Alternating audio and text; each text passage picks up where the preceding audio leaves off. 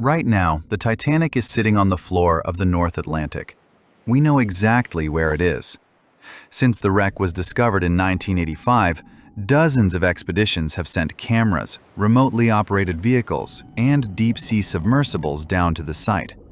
Even tourist expeditions have made the journey. So why, more than a century later, is the most famous ship in history still at the bottom of the ocean? At first, the idea seems obvious. Raise the Titanic. Turn it into a museum. Millions of visitors, billions of dollars, and one of history's most famous ships back on the surface. People have tried. Over the years, engineers, private companies, and wealthy investors have proposed dozens of recovery plans. Some sounded surprisingly realistic. Others sounded completely insane. Every one of them failed. And it wasn't because nobody could build a crane big enough. Recovering the Titanic would mean solving several nearly impossible problems, and each one is worse than the last. One of them is destroying the ship right now. To understand why the Titanic may never return to the surface, we have to go nearly 2.4 miles, or 3.8 kilometers, down. The Titanic rests about 2.4 miles, or 3.8 kilometers, below the surface of the North Atlantic. To picture that depth, imagine stacking more than 8 Empire State Buildings on top of one another. You still wouldn't reach the wreck. No sunlight reaches the seafloor. The water stays just above freezing at around 34 to 36 degrees Fahrenheit, or 1 to 2 degrees Celsius. And the pressure is close to 6,000 pounds per square inch, roughly 400 times the pressure at sea level. If those numbers feel abstract, think back to June 2023. That was when the Titan submersible suffered a catastrophic implosion while descending toward the Titanic. The vessel had been built specifically for deep-sea dives, but its hull failed under the pressure and collapsed in a fraction of a second, killing all 5 people on board. Now imagine trying to do something far more complicated in those same conditions. Attach enormous lifting cables, install heavy recovery equipment, and somehow raise a ship that displaced more than 52,000 tons.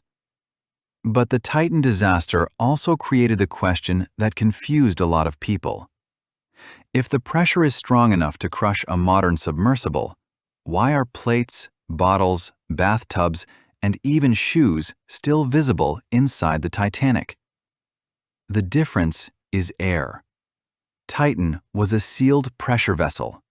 The pressure outside was far greater than the pressure inside, so when the hull failed, it collapsed inward almost instantly. The Titanic is different. As it sank, seawater flooded nearly every compartment. Once the pressure inside matched the pressure outside, many exposed objects were no longer being squeezed from only one direction. That is why an open cup can survive where a sealed submersible cannot. The ship itself is another matter. Even with a crane powerful enough to lift it, the Titanic could not be recovered intact. It displaced more than 52,000 tons, roughly the weight of 36,000 passenger cars. And it is no longer one complete ship. The hull broke apart during the sinking. Today, the bow and stern lie about 2,000 feet, or roughly 600 meters, apart.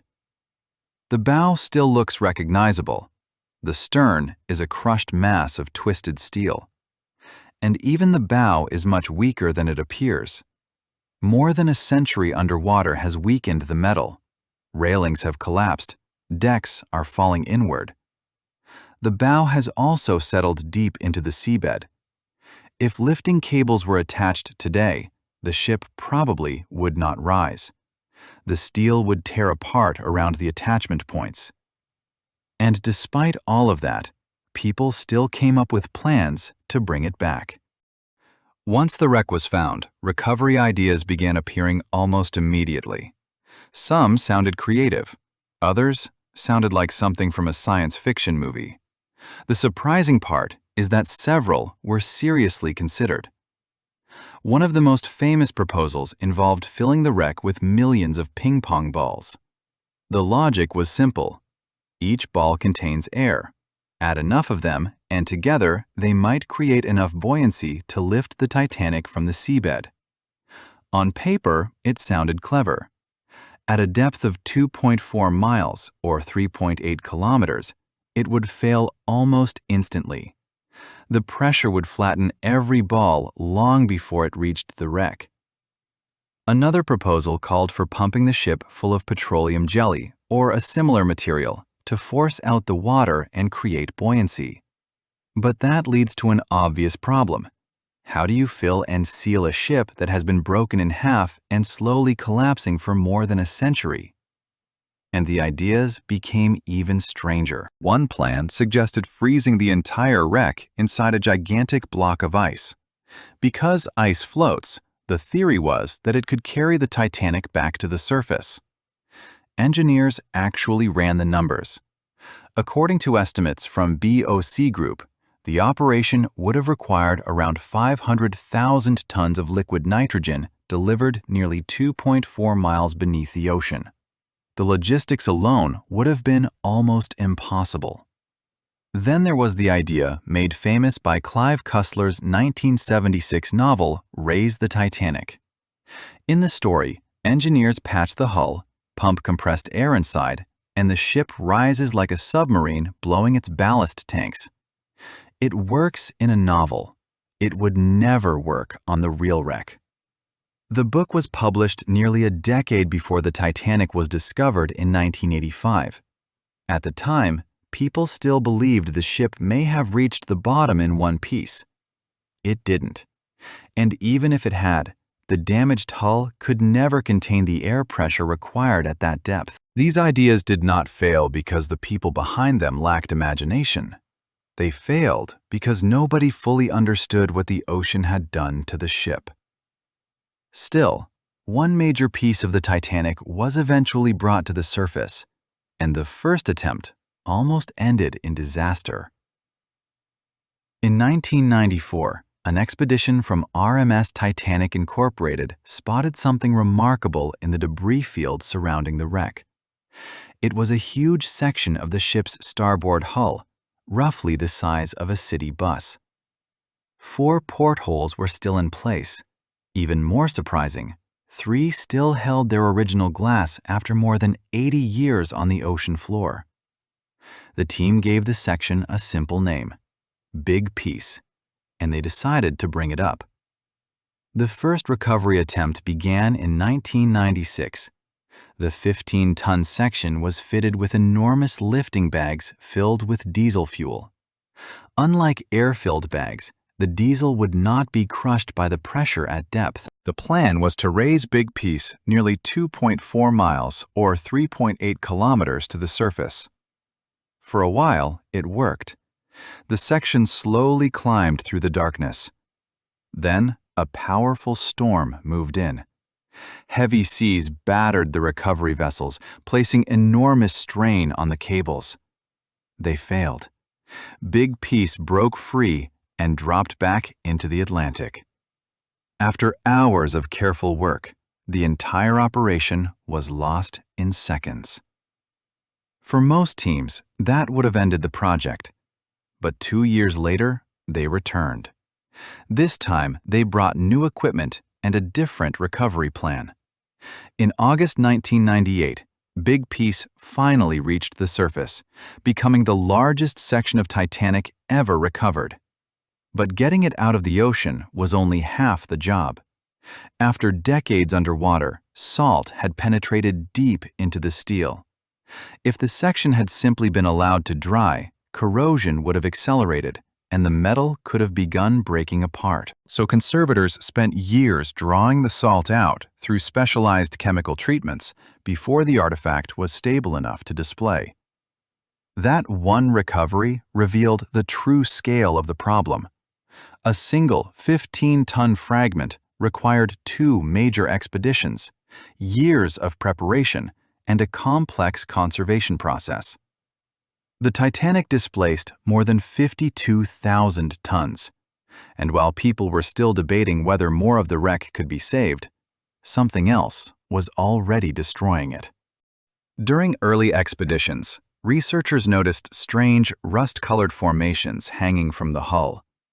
They looked like fragile icicles made of corroded metal. Scientists called them rusticles. For years, no one fully understood what they were. Then, in 2010, researchers identified a previously unknown species of bacteria living on the wreck. They named it Halomonas titanicae. But the bacteria are often described in a misleading way. They do not chew through steel like insects eating wood. Instead, they help drive chemical reactions involving iron. Over time, strong steel is converted into a porous, brittle material that slowly crumbles away. That material forms the rusticles covering the ship, and the process continues every hour of every day. Some estimates suggest the Titanic loses between 220 and 660 pounds, or roughly 100 to 300 kilograms of iron every 24 hours.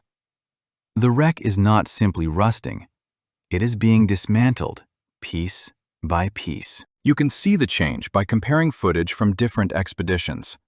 Railings that once stood upright have collapsed. Decks have fallen inward. Entire sections have disappeared. Captain Smith's bathtub, clearly visible in footage from the 1990s, is now buried beneath collapsed steel. The ship is changing faster than many people realize. That is why researchers are no longer asking only whether the Titanic could ever be raised. They are asking how much longer there will be anything left to study. And even if the wreck could somehow be preserved, many people believe it should never be removed from the seabed. For many people, the Titanic is not simply a shipwreck. It is the final resting place of more than 1,500 people. That turns recovery into more than an engineering problem. It becomes an ethical one. Across the seabed, expeditions have found luggage, watches, jewelry, clothing, and thousands of personal belongings. But few discoveries are as unsettling as the pairs of shoes. They often lie side by side, almost as if their owners had just stepped out of them. In reality, those shoes can mark the places where victims came to rest. And that raises a question many viewers ask. If the shoes survived, what happened to the bodies? Soft tissue disappeared long ago. Over time, even bones gradually dissolved because of the chemistry of the deep ocean near what scientists call the carbonate compensation depth. Leather behaved differently. The tanning process made it more resistant to decay, allowing some shoes to outlast the people who wore them. Even experienced researchers describe these scenes as some of the most emotionally difficult images from the wreck site. That is why many historians, archaeologists, and relatives of the victims believe the Titanic should be treated as a memorial, not a salvage project. The wreck is now protected by international agreements governing underwater cultural heritage. Expeditions face legal restrictions, and any attempt to remove major sections would create intense ethical debate. So even if the technology existed, one question would remain. Should the Titanic be raised at all? And there is one more detail that makes that question even more complicated. The Titanic had a sister ship lying in much shallower water. The Titanic's sister ship was Britannic. It sank too, but under very different circumstances. Unlike the Titanic, Britannic remained largely intact when it reached the seabed, and it lies in far shallower water. Instead of resting 2.4 miles beneath the surface, Britannic sits at a depth of about 400 feet, or roughly 120 meters. That is more than 30 times shallower than the Titanic. So if any ship of this class ever seemed like a realistic candidate for recovery, it would be Britannic. Yet no one has attempted to raise it. The reasons are familiar. More than a century underwater has weakened the steel. Even though the wreck appears to be in much better condition, no one can know how the hull would respond to the enormous stresses of a full recovery. The operation would cost billions of dollars, the risks would be extreme, and success could never be guaranteed. That brings us back to the original question. Why is the Titanic still at the bottom of the Atlantic? Because there is no single problem to solve. There is the pressure, the depth, the enormous weight, a hull already broken into two major sections, more than a century of corrosion, bacteria that continue to weaken the steel, the staggering cost of any recovery attempt, and finally, the question of whether the wreck should be disturbed at all. Any one of those obstacles would be difficult. Together, they make raising the Titanic effectively impossible. Most likely, it will remain where it is. And as the years pass, less of the ship will survive. One day, the Titanic itself may disappear almost completely, leaving behind scattered artifacts, a debris field, and one of the most haunting stories in maritime history. So what do you think? If technology made it possible to raise the Titanic without destroying it, should we bring it back? Or should it remain where it has rested for more than a century? Let us know in the comments. And if you enjoyed the video, like, subscribe, and join us for the next story.